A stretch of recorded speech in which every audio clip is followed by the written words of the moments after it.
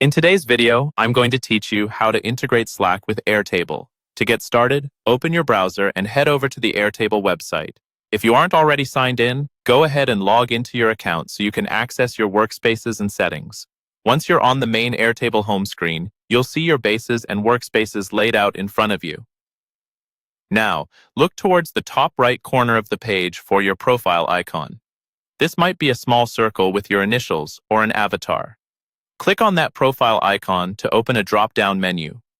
This menu is where Airtable keeps all of your personal and account-level settings, including the area we need for this integration. From that drop-down, find and click on the option labeled Integrations.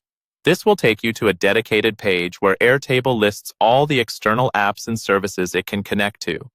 It's essentially your central hub for automating workflows and connecting tools you already use.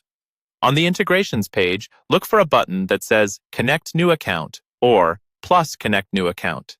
Click this button to start adding a new integration. This tells Airtable that you want to link it with another service, in our case, Slack. You'll now see a list of various apps and services that can be connected. There are many options here, but we're specifically interested in Slack.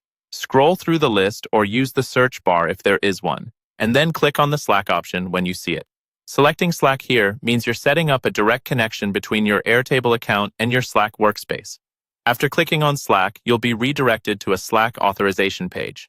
This is a standard permissions screen that appears whenever you connect an app to Slack. Here, Slack will show you what Airtable is asking to do, such as sending messages on your behalf or posting updates in specific channels. Take a moment to review these permissions so you understand what access you're granting. If everything looks good and you're comfortable with the permissions, scroll down and click the Allow button.